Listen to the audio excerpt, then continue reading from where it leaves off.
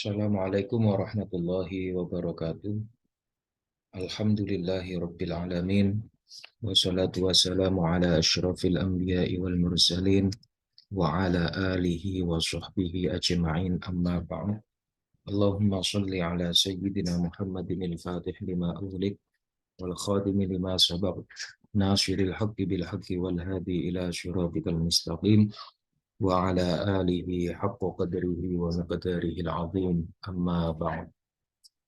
Alhamdulillahirabbil alamin. Pada kesempatan kali ini kita akan coba untuk sedikit membedah kitab berjudul Al-Haqqul Mubin fi Raddi ala man tala'aba bid-din At-Tayyarat al-Mutatarrifah min al-Ikhwan ila Da'ish fi Mizanil Ilm. Kitab ini ditulis oleh ulama asal Mesir bernama Usamah Sayyid Mahmud Muhammad Al-Azhari. Beliau lahir di kota Iskandaria, Alexandria, pada hari Jumat 18 Rajab 1396 Hijriah atau bertepatan pada 16 Juli 1976. Beliau tergolong masih ulama muda, ulama Al-Azhar. Bahkan beliau memiliki kedudukan sebagai penasehat kepresidenan negeri Mesir. Jadi kitab Al-Haqqul Mubin ini membahas persoalan tentang kritik terhadap aliran-aliran atau gerakan-gerakan ekstrim yang di situ disebutkan minal ikhwan, maksudnya ikhwanul muslimin, ila Da'ish, dari ikhwanul muslimin sampai Da'ish, ISIS. Langsung ke slide pertama tentang latar belakang kenapa Said Usama ini menulis kitab ini. Setidaknya ada 3 hal penting yang saya sampaikan di sini terkait dengan latar belakang penulisannya. Jadi pertama, sebagai seorang akademisi, sebagai seorang ulama, beliau punya tanggung jawab ilmiah untuk menyampaikan kebenaran, untuk mengoreksi kekeliruan, mengoreksi beberapa atau banyak kesalahan di dalam memahami tafsir Al-Quran, memahami ayat Al-Quran, yang mana ketika memahami Al-Quran tidak menggunakan perangkat-perangkat yang dibutuhkan, sehingga menghasilkan satu tafsir yang menyimpang. Jadi sebagai individu, seorang ulama, beliau memiliki tanggung jawab ilmiah. Di saat yang bersamaan juga beliau mengemban amanah sebagai perwakilan dari Al-Azhar, bisa dikatakan begitu, karena ini proyek ilmiah yang disupport, yang didukung oleh Al-Azhar sebagai lembaga pendidikan Islam yang terkemuka di dunia, terutama di dunia Muslim. Al-Azhar memiliki peran penting di mana setiap isu-isu kemasyarakatan maupun keagamaan itu Al-Azhar ditunggu fatwa-fatwanya. Nah, kitab ini telah melalui penelitian yang panjang, pengamatan yang cukup mendalam terhadap teks-teks atau tafsir-tafsir yang dikeluarkan oleh kelompok-kelompok ekstrim. Dalam hal ini adalah Ikhwanul Muslimin dan Da'ish atau ISIS. Jadi disebut secara tekstual memang Ikhwan, menyebut Ikhwan, minal Ikhwan ila Da'ish, dari perjalanan Ikhwanul Muslimin sampai dengan ISIS. Ini yang pertama. Yang kedua, munculnya pemikiran aliran-aliran politik yang menisbatkan kepada Islam, tapi jauh dari nilai-nilai keislaman yang sesungguhnya.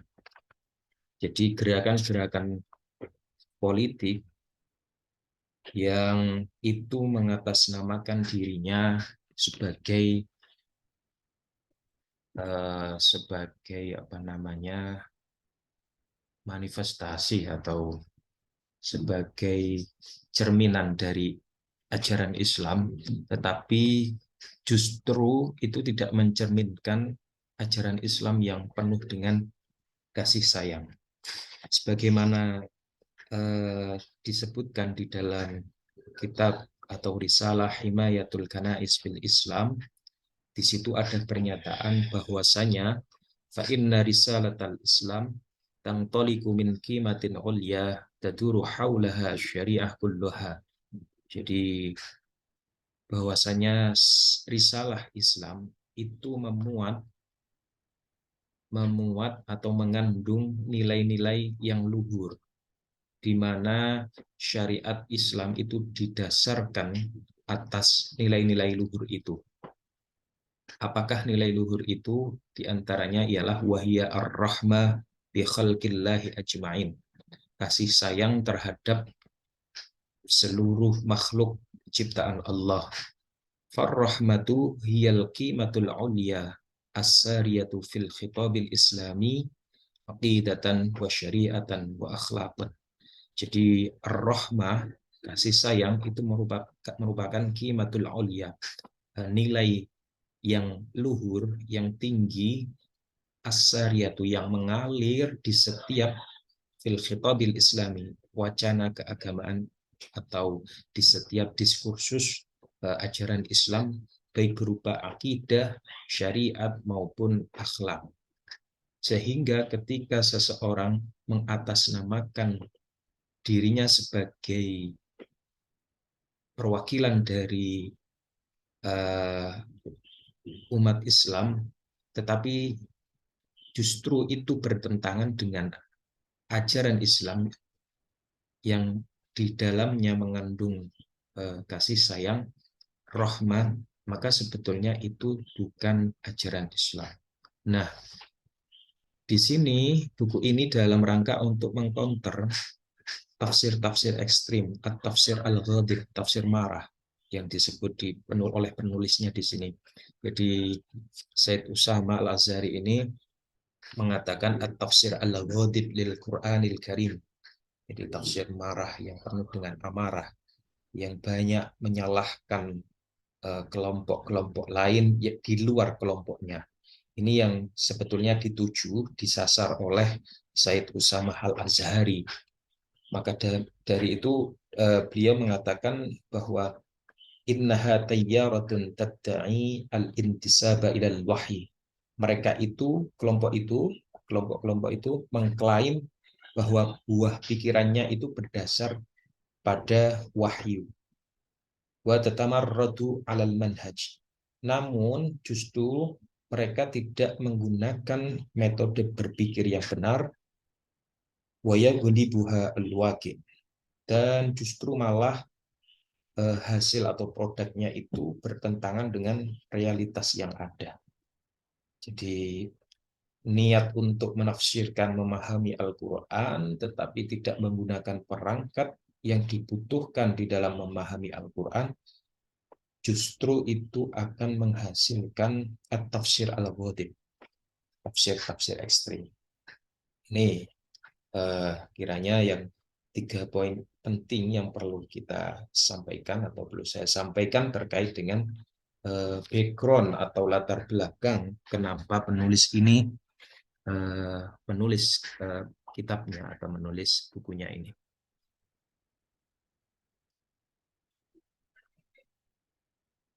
Selanjutnya, mengapa harus Al-Azhar?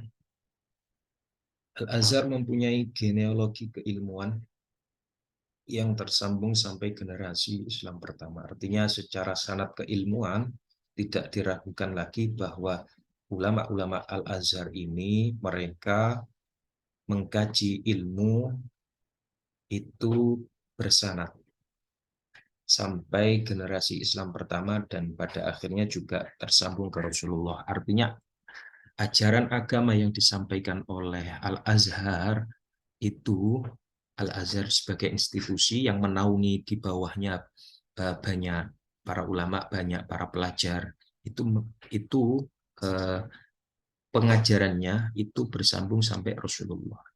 Jadi sanad keilmuannya bisa dipertanggungjawabkan. Yang kedua, Al-Azhar adalah mercusuar ilmu-ilmu keislaman bagi seluruh negara-negara Islam. Maksudnya umat Islam, umat Muslim di dunia itu mempercayai, memberikan kepercayaan kepada Al-Azhar karena di sanalah telah lahir banyak para ulama, telah lahir banyak cendekiawan Muslim. Terus ketiga, responsibilitas Al-Azhar terhadap isu-isu keagamaan dan kemasyarakatan sangat dibutuhkan oleh umat Islam di skala penjuru. Jadi setiap ada kasus atau isu-isu yang sifatnya itu internasional atau sifatnya global, pasti Al-Azhar membuat pernyataan atau membuat sikap bagaimana terhadap isu tersebut. Sehingga dari sini kemudian Al-Azhar juga sebagai institusi juga dirasa perlu untuk menyikapi bagaimana menyikapi aliran-aliran ekstrim, aliran-aliran keras yang mereka mengatasnamakan Islam sehingga tapi pada kenyataannya justru menyalahi nilai-nilai luhur ajaran Islam. Yang selanjutnya terkait dengan ciri, biasanya orang-orang yang memiliki penafsiran ekstrim, kemudian berfaham ekstrim, radikal, itu disebutkan di sini di dalam kitab وَكَانَ الْغَالِبُ عَلَى الْقَائِمِينَ عَلَى ذَلِكَ الْحَمَّاسُ الْحَمَاسُ لِهَذَا الدِّينِ وَالتَّدَاعِي لَهُ وتحريك المشاعر والعواطف إليه الصدق واللهج والولاء بنصرته مع عوز وفاقة وافتقار في أدوات الفهم والاستنباط. Mayoritas dari mereka orang-orang yang senantiasa menisbatkan kepada ajaran Islam, orang-orang ekstrim itu ialah memiliki semangat yang tinggi terhadap agama, al-hamas, ya. Dan mereka itu selalu mengklaim bagian dari Islam.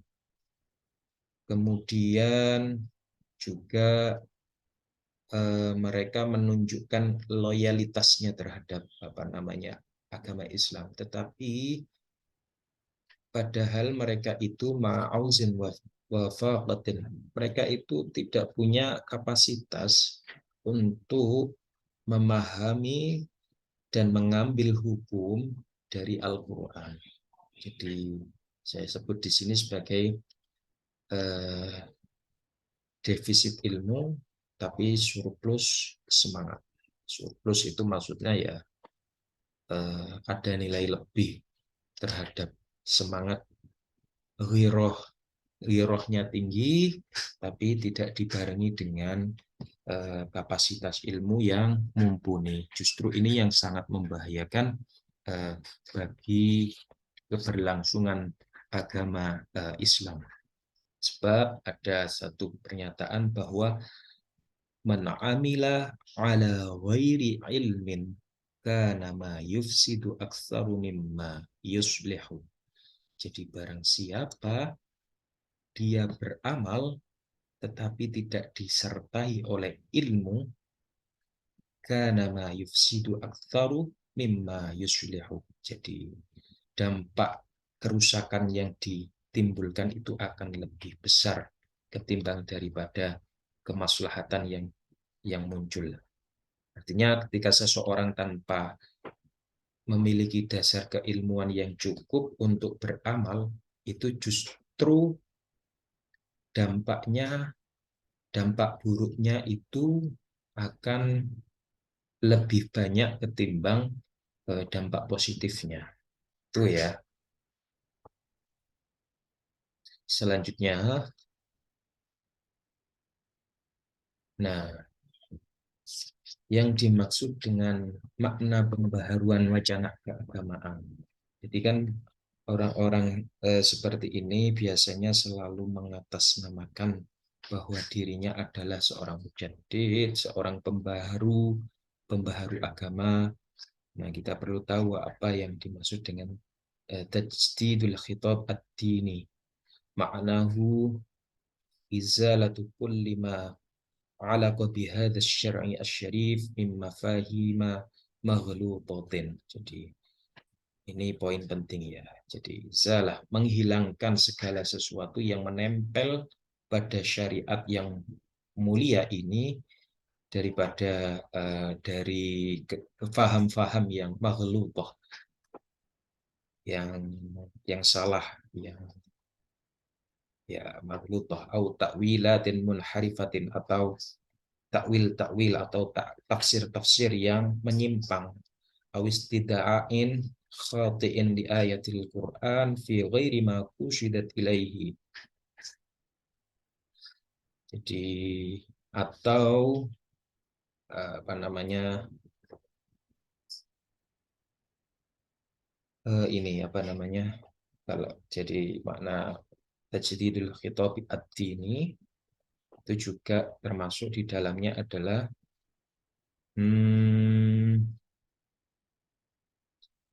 menghindarkan kesalahan di dalam menafsiri atau memahami ayat-ayat Al-Quran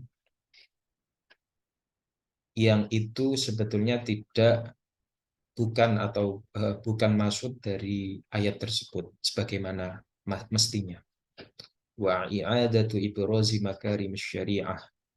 Jadi dan menampakkan dan mengembalikan kecemerlangan syariat, kemuliaan syariat,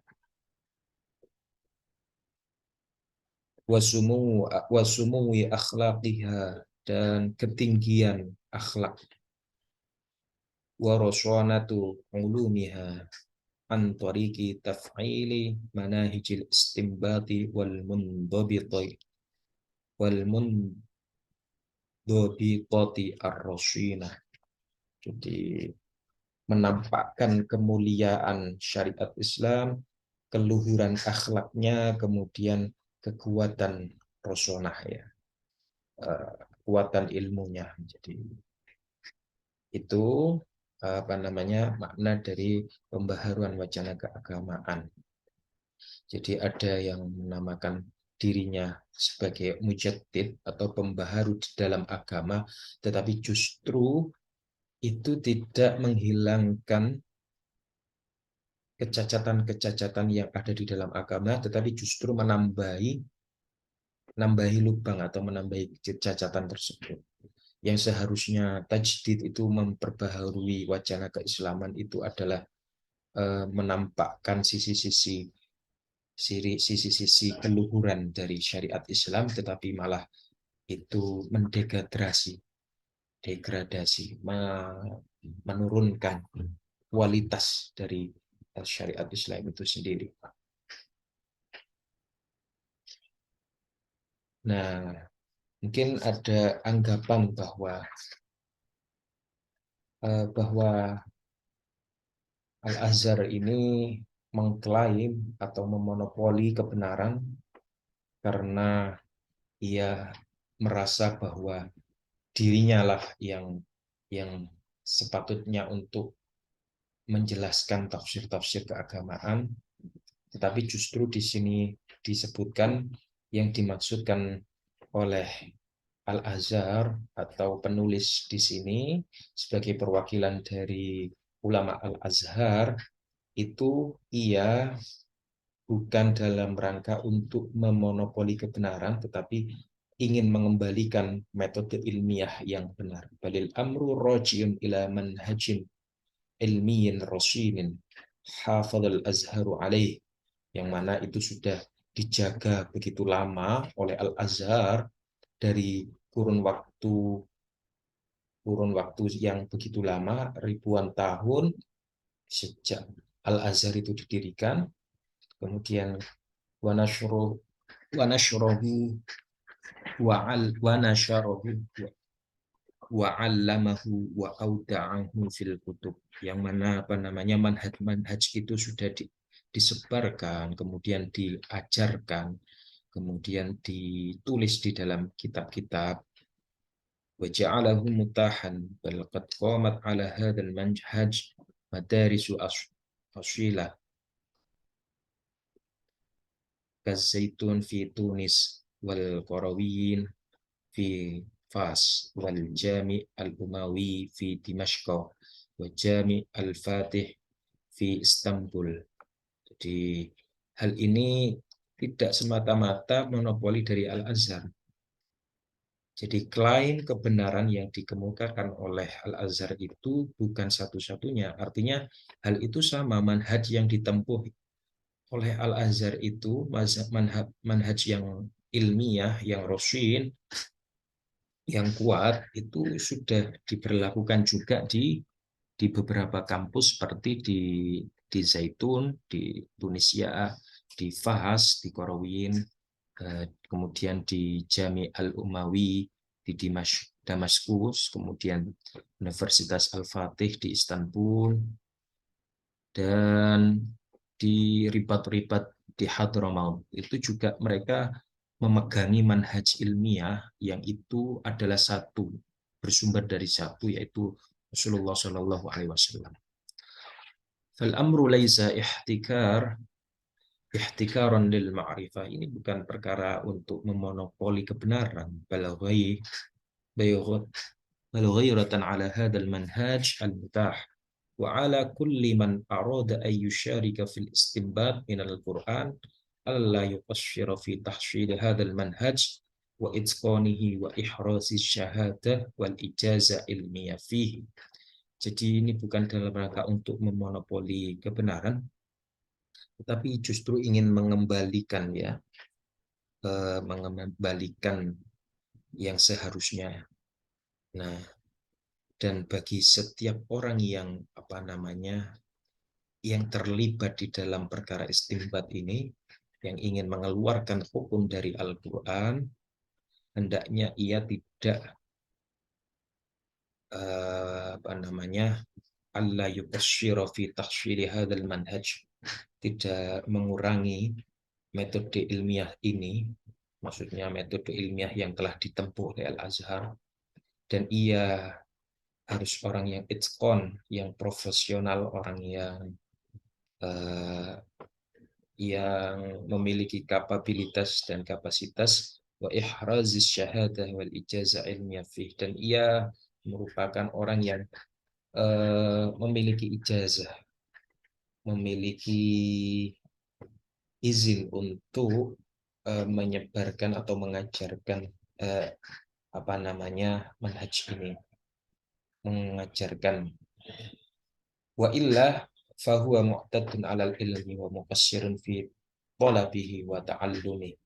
Jika tidak maksudnya apa? Jika dia tidak menempuh jalan ini, maka ia telah berbuat zalim pada ilmu pengetahuan.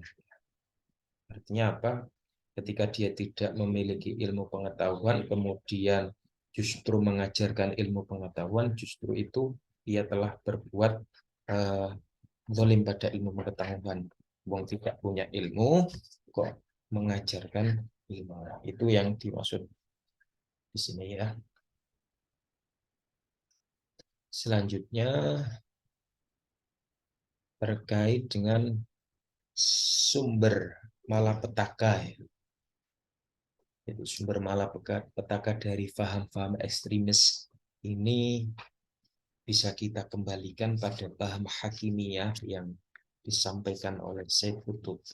Di Said Qutb itu memiliki satu paham bahwa umat Islam zaman sekarang itu telah kufur, telah kembali ke era jahiliyah. Bahkan jahiliyahnya lebih jahiliyah ketimbang sebelum masa Islam diturunkan atau Al-Quran diturunkan kepada Rasulullah Shallallahu Alaihi Wasallam.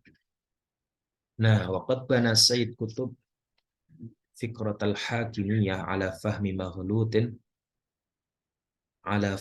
maghlutin liqaulillahi ta'ala wa man lam yahkum bima anzalallah faulaika humul kafirun. Jadi hal ini fal haqiqatu fi nadhri Sayyid Qutb anna kullal mujtama'at al-qa'ima fil ard asbahat mujtama'at jahiliyah.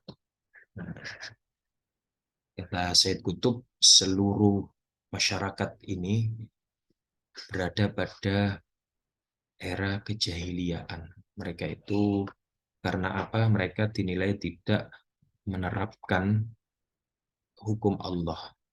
Jadi wa man lam yahkum bima anzalallah faulaika humul kafirun. Barang siapa tidak berhukum dengan hukum yang diturunkan Allah, maka ia telah kafir. Nah, ini kata Syekh Qutb ketika menafsiri surat Al-Maidah ayat 44 ini. Nah, ini pemahaman yang menyimpang, yang itu menyelisihi mayoritas ulama dari sejak dahulu. Jadi sejak era sahabat, tabi'in, itu tidak ada yang berpikiran seperti Said Qutb ini. Jadi Said Qutb membaca ayat ini secara tekstual, kemudian juga lepas dari konteks atau siap kalam dari ayat ini. Dan makanya dia sampai mengatakan bahwa orang-orang modern zaman sekarang itu adalah orang-orang kafir, orang-orang jahiliyah. Mereka itu tidak menerapkan, mentadbik hukum-hukum Allah. Ya, hukum-hukum Allah itu misalnya ketika seseorang mencuri maka dipotong tangannya. Itu kan bagian dari hukum Allah yang disampaikan di dalam Al-Qur'an. Wasariqu wasariqatu faqta'u aydiyahuma. Itu kata Al-Qur'an. Nah, Said Qutb ini membaca secara simplifikasi, melakukan simplifikasi, penyederhanaan. Ia menilai bahwa masyarakat sekarang yang menggunakan sistem demokrasi itu adalah masyarakat kafir. Sehingga segala sesuatu yang diatur oleh sistem kafir itu juga berhukum kafir. Konsekuensinya begitu. Segala aparatur negara itu, semua aparatur negara itu dinilai kafir. Karena apa? Karena sistemnya sistem kafir. Makanya dampak dari ini cukup cukup serius ketika disebut bahwa orang-orang Islam zaman sekarang itu telah kafir karena tidak menerapkan sistem Islam, itu berkonsekuensi serius. Artinya segala perundang-undangan yang diatur oleh negara yang menggunakan sistem demokrasi itu tidak sah secara pandangan Islam. Itu kalau konsekuensi dari paham hakimiyah ini. Artinya orang ketika ia menikah kemudian dicatatkan di dalam KUA, sementara KUA itu berada di bawah lembaga salah satu lembaga yang di bawah naungan pemerintahan yang itu mengurusi misalnya pernikahan, kemudian nanti juga ada perceraian dan lain sebagainya.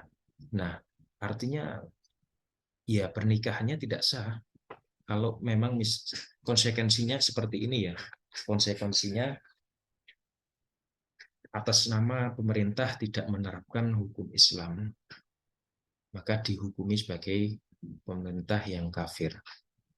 Maka segala sesuatu yang berada di bawahnya itu juga terkena imbas juga. Padahal yang dimaksud kafir di sini bukan kafir maksudnya keluar dari agama Islam atau dia telah kufur.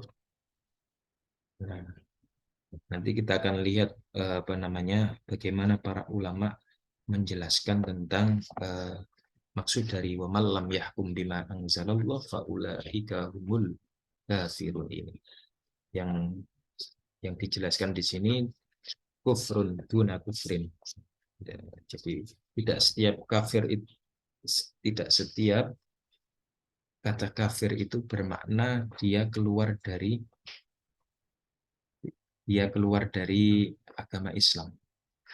Nah, al-ayatu muwajjahatun ilan nasara wal yahud walaysat ila ummati Muhammadin li'anna al-ayah waradat fi siyaqi khitabi ahli kitab. Jadi siap atau konteks ayat ini berbicara khitabnya itu ditujukan kepada Yahudi dan Nasrani, ahlul kitab. Itu yang pertama yang perlu difahami dari ayat ini. Yang sebenarnya, pemahaman yang sebenarnya itu bagaimana dari ayat ini dari para mufassir, selain Said Qutb ini ya. Nah, dari sisi konteksnya itu dia salah menerapkan, salah memahami. Ayat yang dikhitabkan, yang ditujukan kepada orang-orang Yahudi Nasrani, orang-orang ahli kitab, ini ditujukan kepada orang Islam itu sudah salah.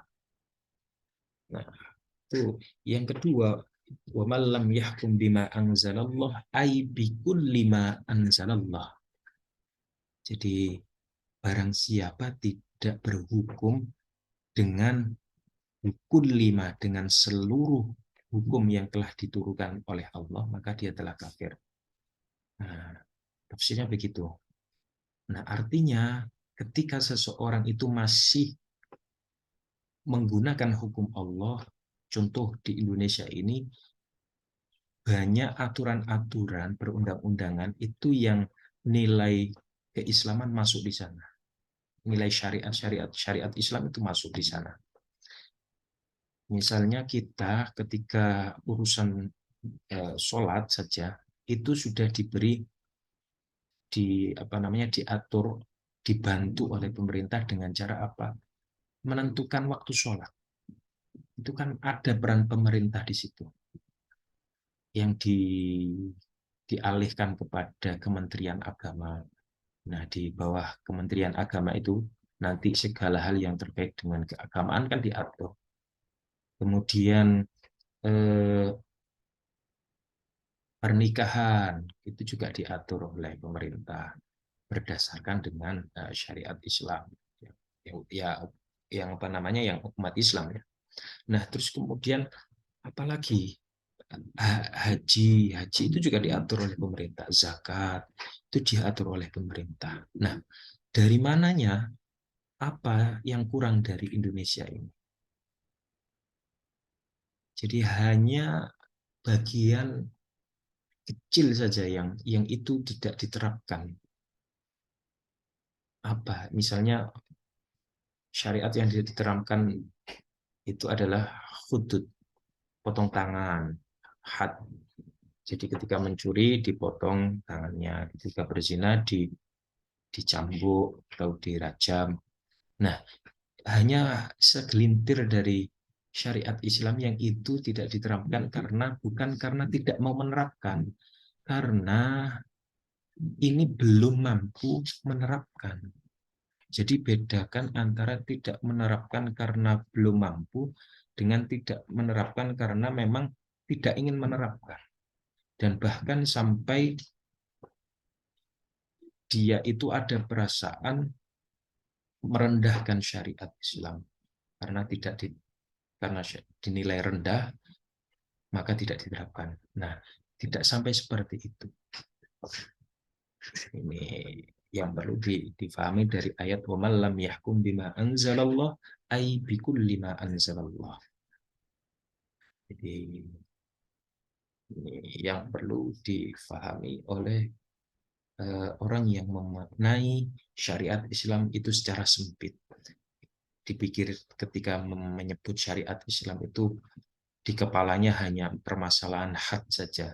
Padahal had itu adalah bagian kecil dari syariat Islam di antara banyak syariat-syariat Islam yang lain. Nah, itu yang perlu digarisbawahi.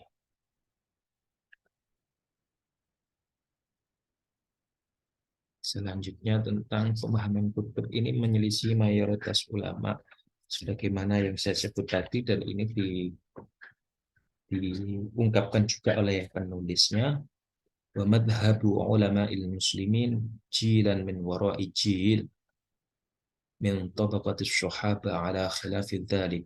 Jadi madhab atau pemahaman para ulama muslim jilan min wara'i jilan maksudnya dari waktu ke waktu itu sejak era sahabat itu menyelisihi pemahaman yang disampaikan oleh kutub. وقد ذهب العلماء إلى عدد من الأقوال والتوجهات في فهم الآية الكريمة أرجحها أن الآية تعني من لم يحكم بما أنزل الله جاحدا كون تلك الأحكام وحيا وحقا فهذا كفر دون شك. Ini saya sebut ketika, nah ini pemahaman yang paling arjah, paling rojih, paling kuat, tidak berhukum dengan hukum Allah karena menolak ayat tersebut sebagai wahyu yang datang darinya. Maka tanpa diragukan lagi orang ini telah kafir. Fahada kufrun duna syak. Tidak ada keraguan lagi. Ketika apa? Ketika ia meyakini bahwa ayat ini tidak berhukum dengan hukum Allah karena menolak ayat tersebut sebagai wahyu. Jadi sama saja dia mengingkari ayat Al-Quran.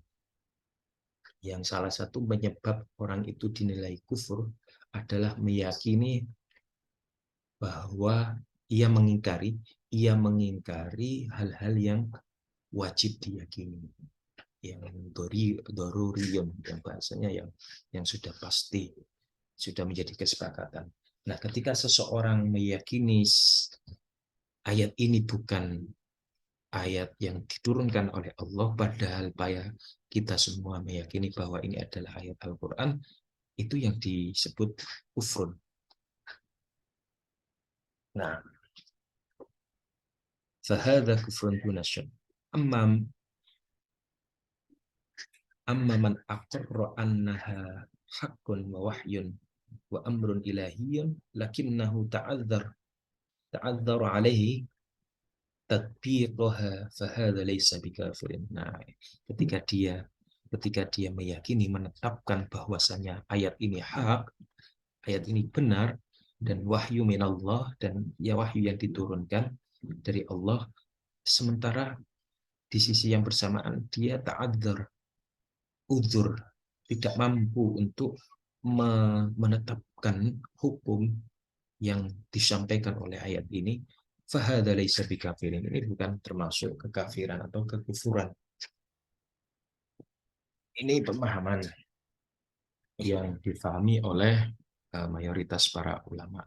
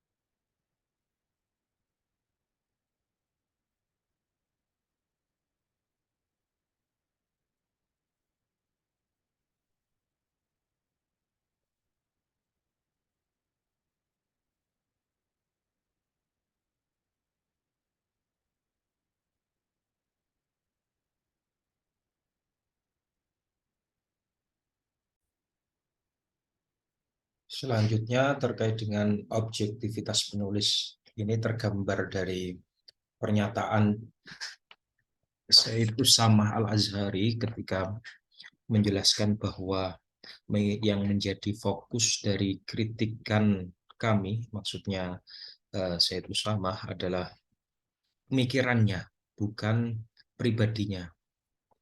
Wa nahnu fi ghina 'anit tanbih wa tadhkir bi anna syakhsa Sayyid Qutb fi dzatihi la ya'nina. Jadi bukan perhatian kami, bukan perhatian dari Sayyid Usamah Al-Azhari. Faqad madha ila daril haqq wa huwa baina yadayil hakam wa huwa baina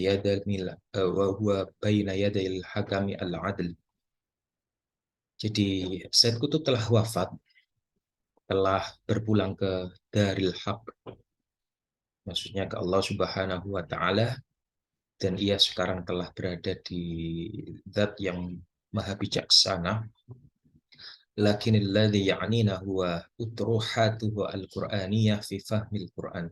Yang menjadi fokus dari kritikan kami adalah pemikiran-pemikirannya, bukan pribadinya, yang berkaitan pemikiran-pemikirannya yang berkaitan dengan Al-Quran, yang di dalam memahami Al-Quran bagaimana, itu yang menjadi fokus kami di dalam kitab ini. Wa miqdaru ma fi tilkal utruha min tahajjumi ala hurmatil wahyi asy-syarif wa ilsaqi al-fahmi al-maghludah bihi ila akhir. Yang ini ya, gimana objektivitas itu perlu, jadi bukan pribadinya, bukan individual, syakhsiyahnya, bukan. Yang menjadi kritikan itu adalah pemikirannya. Famaksuduna huwa wad'u tilkal utruha al-fikriyah tahta mijaharil fahsyi al-ilmi bigharadi izalatin ma tamma ilhaquhu bisyar'i min fahmin maghlutin. Ini yang menarik juga. Walau anna tilkal utruha 'alaiha ismu ayyi syakhsin la wajaba an naquma ma'aha bi nafsi dawri an-naqdi. Seandainya pemikiran tersebut diucapkan oleh orang lain selain Sayyid Qutb, kami tentu akan tetap melaksanakan kewajiban kami untuk mengkritiknya. Idzil maksud huwa gharbalatul afkar wa syiyanatu fahmil Qur'an min ayyi ta'wilin munharifin aw fahmin maghlutin. Itu yang menjadi fokusnya.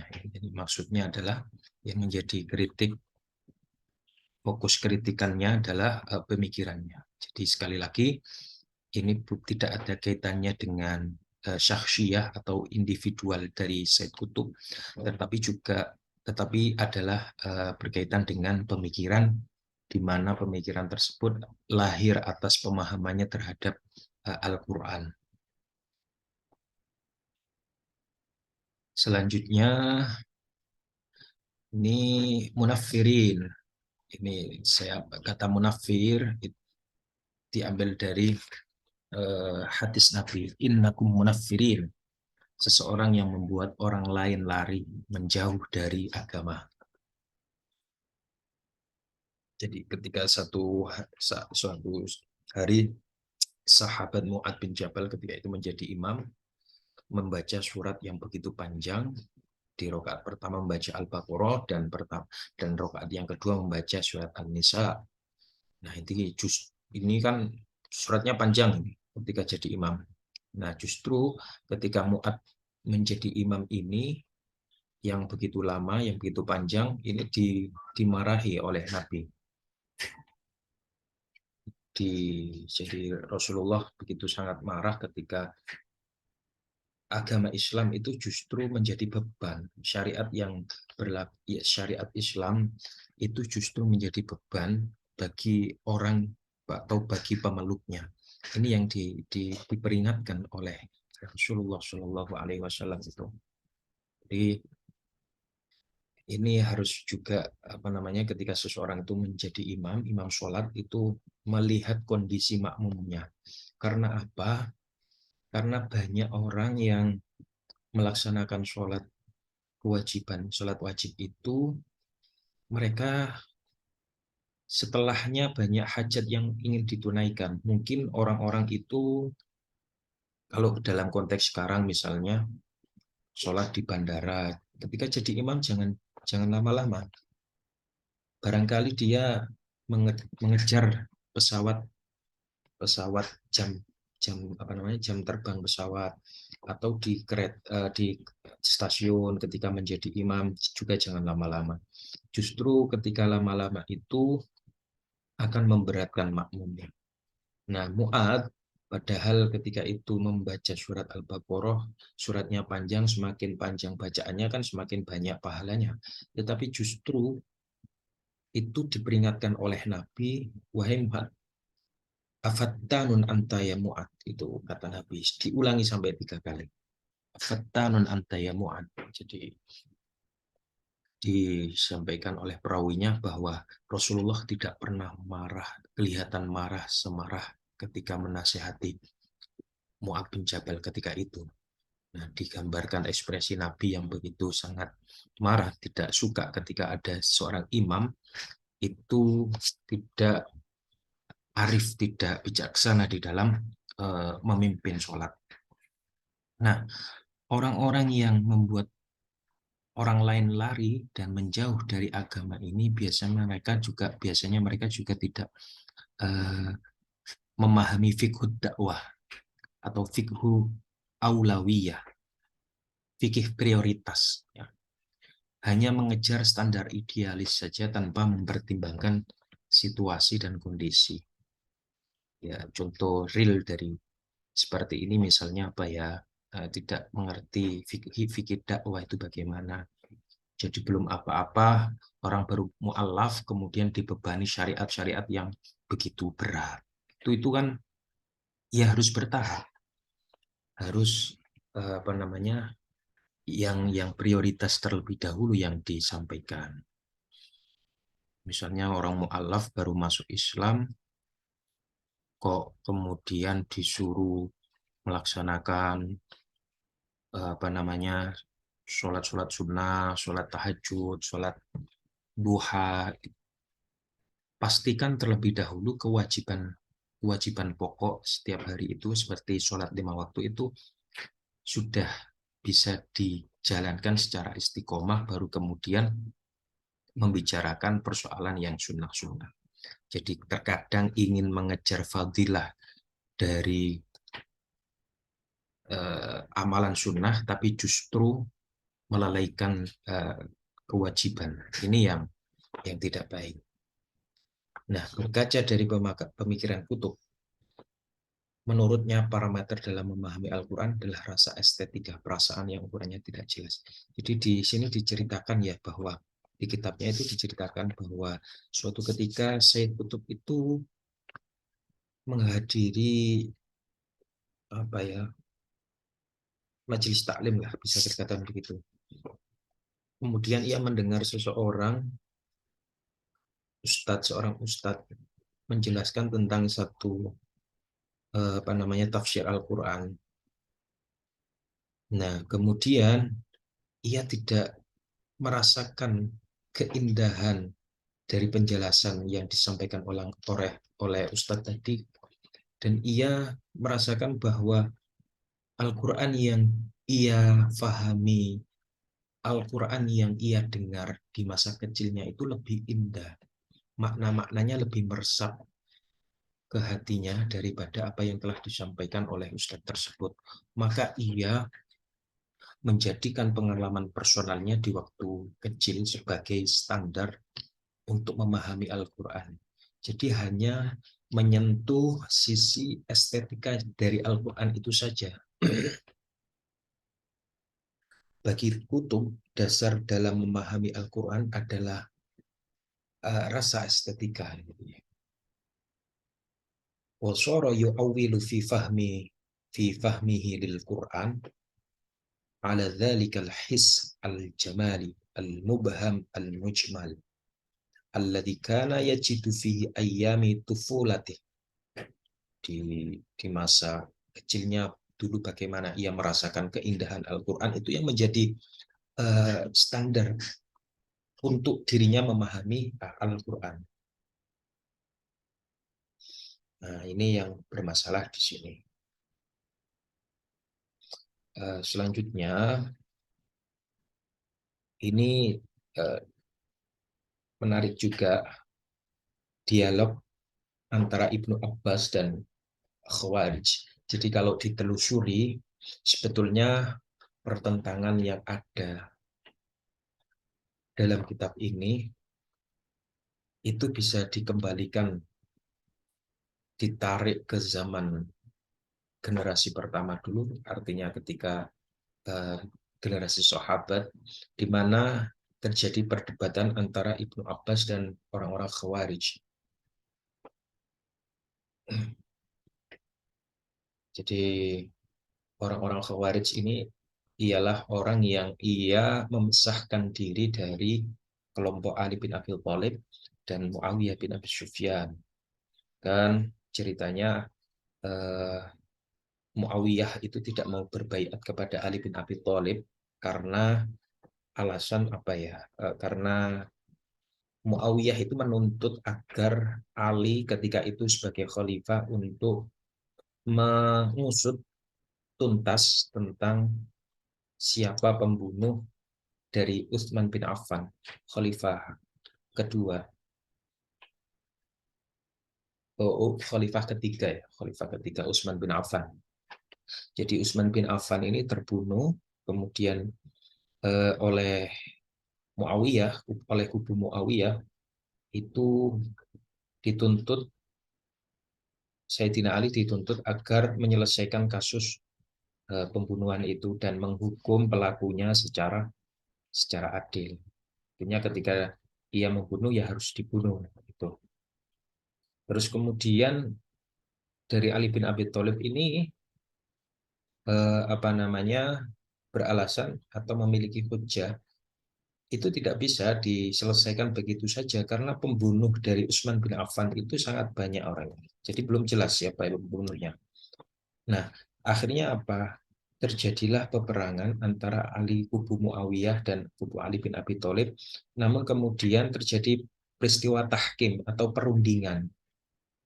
Jadi dari kubu Ali bin Abi Thalib itu mengutus Abu Musa al-Asy'ari, dan dari kubu Muawiyah bin Abi Sufyan itu mengurus Amr bin As untuk saling berdiplomasi, saling berunding, itu yang disebut dengan tahkim ya, arbitrase antara kubu Muawiyah dan kubu Ali bin Thalib.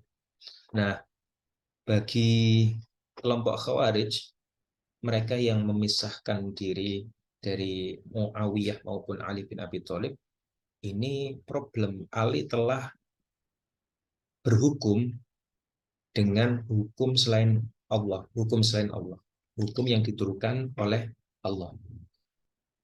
Nah, seharusnya ketika Ali menjabat sebagai khalifah itu menerapkan hukum Allah.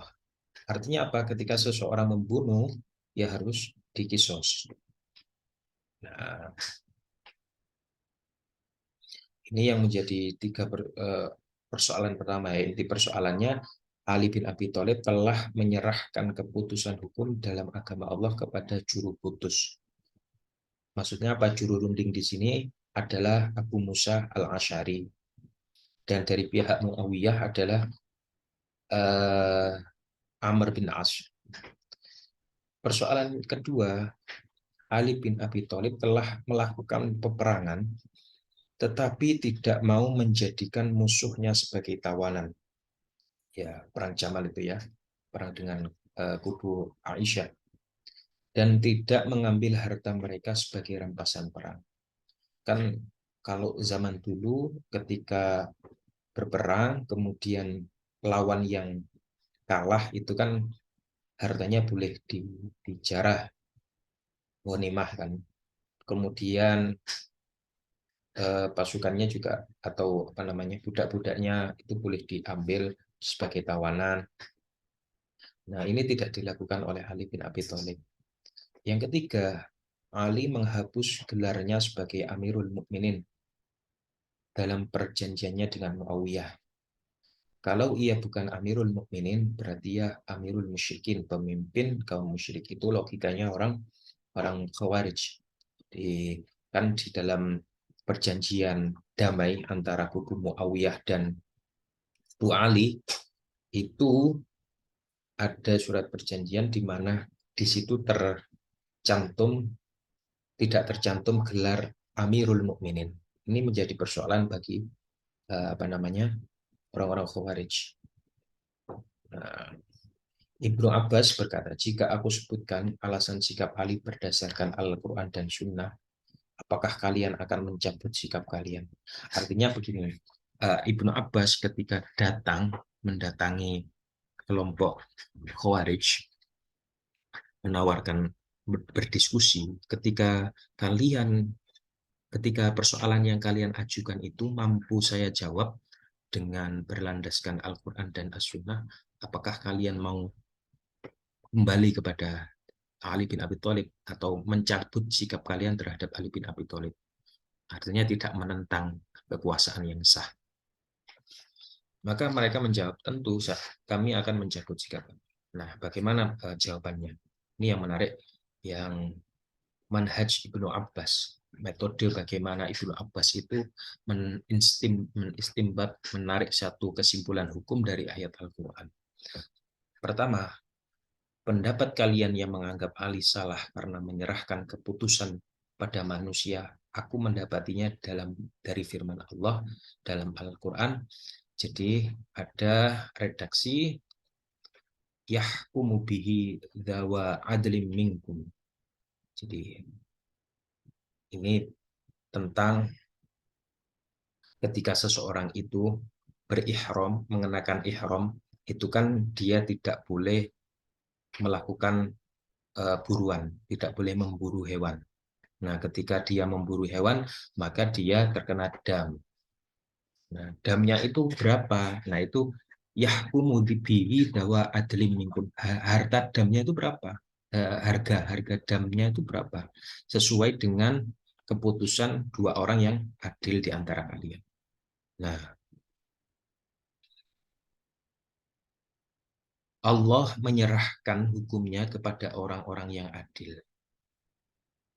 Nah, pertama ini, apakah dari sini kemudian kias aulawiyah ya berlaku.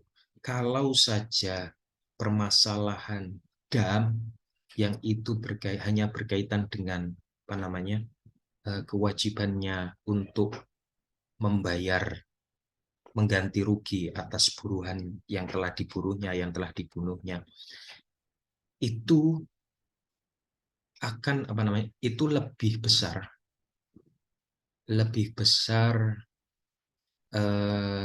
manfaatnya dari ini ya. Jadi Ali kan berhukum mengutus Abu Musa al-Asy'ari untuk berunding dengan Amr bin As, dan hasil perundingannya itu adalah yang harus disepakati. Nah, ini kan menyangkut keselamatan banyak orang. Seandainya perundingan itu tidak terjadi, maka perang akan terus berkecamuk. Tetapi karena terjadi perundingan itu, maka tidak terjadi pertumpahan darah lagi. Mana kira-kira madorot yang lebih besar atau manfaat yang bisa diperoleh ya dari perjanjian damai antara dua kubu, ataukah hanya sekedar masalah buruan dam? Allah saja menyerahkan hukum tentang berapa kadar yang harus diganti itu kepada zawa adlim minkum, dua orang yang adil di antara kalian. Ini saya dibolehkan. Terus ada ayat lagi yang dikutip oleh Ibnu Abbas. Wa in khiftum shiqaqa bainihima fab'atsu hakaman min ahli wa hakaman min ahliha. Ketika ini terkait dengan apa namanya, apabila terjadi cekcok atau perseteruan antara laki-laki dan perempuan, suami istri itu, maka di sini fab'atsu hakaman min ahli.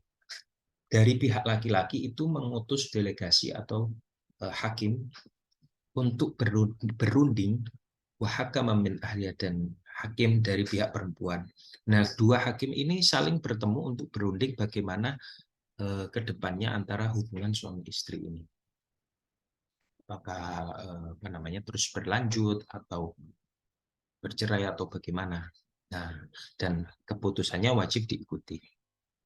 Nah, untuk urusan perkawinan saja yang itu skop atau cakupannya hanya rumah tangga, itu saja Allah menyerahkan hukumnya kepada dua orang hakim. Dua orang yang saling diutus antara pihak laki-laki maupun pihak perempuan. Nah, apalagi ini urusannya adalah nyawa atau pertumpahan darah antara kelompok Muawiyah dan kelompok Ali bin Abi Thalib. Nah, ini kata Ibnu Abbas, bagaimana beliau mengistimbat, mengambil hukum, menarik satu kesimpulan untuk membantah bahwa tidak boleh kita itu berhukum selain hukum yang telah diturunkan oleh Allah atau hukum yang telah ditetapkan oleh Allah di dalam Al-Quran. Padahal Allah sendiri itu menyerahkan hukum, menyerahkan ketentuan hukum kepada dua orang, baik itu ketika apa namanya terjadi percekcokan antara laki-laki dan perempuan, antara suami dan istri, maupun dengan kasus yang satunya, yaitu berapa kadar yang harus dibayarkan oleh seseorang yang telah memburu hewan buruan dalam keadaan dia berihram. Kemudian jawaban yang kedua, kalian mengatakan Ali telah memerangi seseorang tapi tidak menawan musuhnya dan tidak menjadikan harta mereka sebagai rampasan. Itu karena yang diperangi Ali adalah Sayyidah Aisyah. Di perang Jamal itu kan perperangan antara Ali bin Abi Thalib, kelompok Ali, dan Ibunda Aisyah.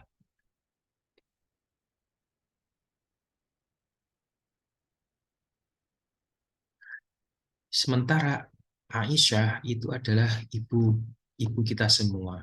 Padahal Allah berfirman, wa azwajuhu ummahatuhum. Maksudnya apa? Oh, istri-istri Nabi adalah ibu-ibu mereka. Apakah kalian tega? Apakah kalian akan menawan ibu kalian sendiri? Apakah kalian akan menjarah harta-harta ibu kalian? Kemudian Ibnu Abbas berkata, jika kalian berasumsi bahwa ia bukan ibu kalian, berarti kalian kafir. Jadi orang Khawarij ini di antara dua kekafiran. Artinya apa? Yang pertama, kan tadi yang dipersoalkan adalah Ali itu memerangi Aisyah, tetapi tidak diambil jarahannya, tidak diambil harta bendanya, tidak ditawan. Nah, ketika ia mengingkari bahwa Aisyah adalah ibu-ibu umat Ummul Mukmin, maka dia telah kafir. Nah, karena apa? Disebut di dalam Al-Qur'an bahwa azwajun nabi itu adalah ummahatul mukminin wa azwajuhu ummahatuhum.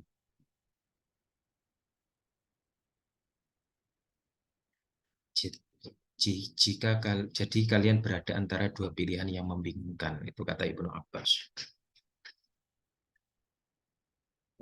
Jawaban yang kedua.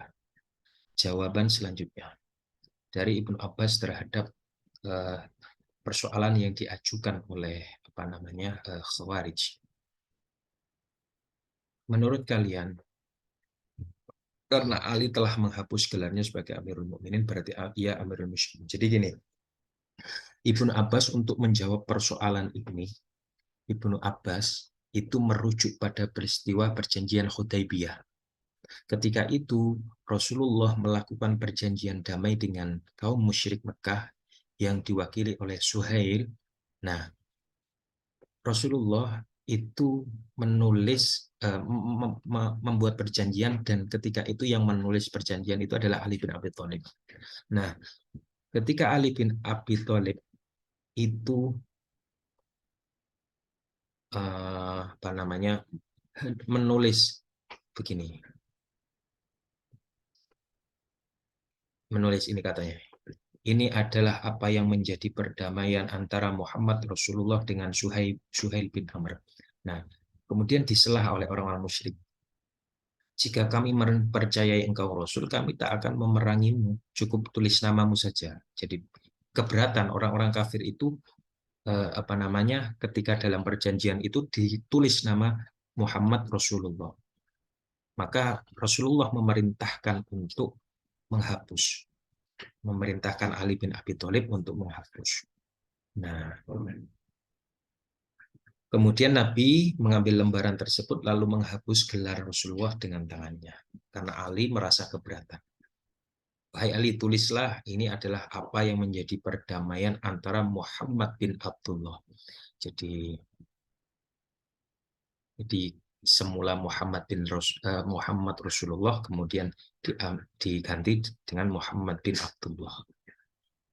Nah, Ibnu Abbas berkata, demi Allah, penghapusan gelar tersebut tidak mengeluarkan baginda dari kenabian. Artinya meskipun itu tidak tertulis dalam perjanjian Hudaybiyah yang ditulis oleh Ali bin Abi Thalib ketika itu dari pihak Rasulullah, itu tidak serta-merta Rasulullah keluar dari risalah kenabiannya. Artinya beliau masih tetap nabi. Nah, begitu pula ketika Amirul Mukminin, ketika gelar Amirul Mukminin itu tidak dicantumkan di dalam perjanjian antara Muawiyah dan apa namanya Muawiyah yang diwakili oleh Amr bin As dan Ali bin Abi Thalib yang diwakili oleh apa namanya itu Abu Musa al-Asy'ari itu, tidak lantas kemudian Ali adalah Amirul Musyrikin. Itu yang dikiaskan oleh apa namanya Ibnu Abbas. Jadi Rasulullah, jadi apa yang sebetulnya oleh Ali bin Abi Thalib lakukan sebetulnya telah dilakukan oleh Rasulullah zaman dahulu. Dan Ali bin Abi Thalib ketika itu hadir sebagai perwakilan dari pihak Rasulullah ketika perjanjian Hudaybiyah. Nah, orang-orang Khawarij ini mereka itu tidak mengetahui, kemudian diingatkan kembali oleh Ibnu Abbas dengan peristiwa Hudaybiyah itu. Nah, ini jadi menarik metode berpikirnya Ibnu Abbas. Saya kira itu mungkin apa namanya bagian pertama dari bedah kitab. Insya Allah kita akan lanjutkan di bagian selanjutnya terkait dengan Al-Haqqul Mubin. Kita sampai pada bagaimana perdebatan antara Ibnu Abbas dengan orang-orang Khawarij, dan apa yang bisa kita ambil tadi kita sudah sampaikan dari apa namanya peristiwa tersebut. Insya Allah kita akan lanjutkan nanti di part kedua. Insya Allah. Assalamualaikum warahmatullahi wabarakatuh.